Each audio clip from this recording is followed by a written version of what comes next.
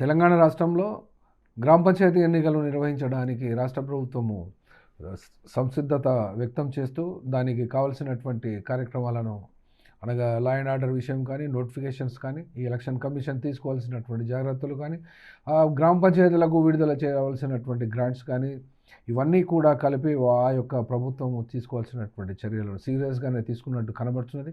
ఇప్పుడు 25వ తేదీ నాడు కేబినెట్ సమావేశంలో తీసుకోబోయేటువంటి తీర్మానాలు ఆ యొక్క దాని అనుగుణంగానే 26వ తేదీ నాడు గ్రామ పంచాయతీ ఈ యొక్క నోటిఫికేషన్ వెలువడేటువంటి ఈ పరిస్థితి వచ్చింది. కాబట్టి గతంలో కేసీఆర్ ప్రభుత్వంలో పనిచేసినప్పుడు చేసినటువంటి పనులకే ఇప్పటి వరకు కూడా డబ్బులు కొన్ని చోట్ల రానట్టుగా, కొన్ని చోట్ల విడుదలైనట్టుగా వార్తలు ఉన్నటువంటి నేపథ్యంలో గ్రామ పంచాయతీ ఎలక్షన్లకు వెళ్ళడం అంటే అంతకుముందు సర్పంచులు ఖర్చు చేసినటువంటి డబ్బులను విడుదల చేసి ఎలక్షన్లకు పోతేనే బాగుంటుంది అనేటువంటి ఆలోచన ప్రభుత్వానికి కూడా ఉన్నప్పటికీ యథాతథంగా వచ్చేటువంటి గ్రాంట్స్ ప్లానింగ్ కమిషన్ నుంచి వచ్చేటువంటి గ్రాంట్స్ కానీ 15th ఫైనాన్స్ కమిషన్ నుంచి వచ్చేటువంటి గ్రాంట్స్, కేంద్రం నుంచి వచ్చేటువంటి గ్రాంట్స్ అన్నింటి కూడా అవి వచ్చేంత వరకు లేదా ఇవి ఎలక్షన్ అయితేనే వస్తుందని పేచి పెట్టినటువంటి ఈ సందర్భంలో ఎలక్షన్ నోటిఫికేషన్ వస్తుంది కాబట్టి రాజకీయాల్లో వాతావరణము గ్రామీణ ప్రాంతాల్లో వేడెక్కేటువంటి ప్రమాదం ఉంది. కాబట్టి ఈ యొక్క రాజకీయాలు వస్తూనే ఉంటవి, పోతూనే ఉంటవి. కాబట్టి రాజకీయాలలో ఊర్లలో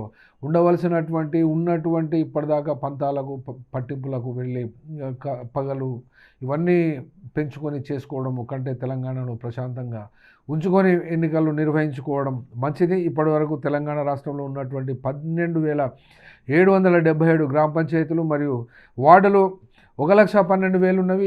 ఈ యొక్క ఎన్నికలు 2 దఫాలుగాను 3 దఫాలుగాను నిర్వహించేటువంటి అవకాశం ఉన్నది. కాబట్టి ఈ యొక్క ఎన్నికలు సజావుగా జరిగినట్లయితే గ్రామీణ ప్రాంతాల్లో ఉన్నటువంటి అభివృద్ధి పనులు గ్రామ పంచాయతీకి ఉండేటువంటి డ్యూటీస్ ప్రకారంగా అవి సక్రమంగా నిర్వహించవచ్చును.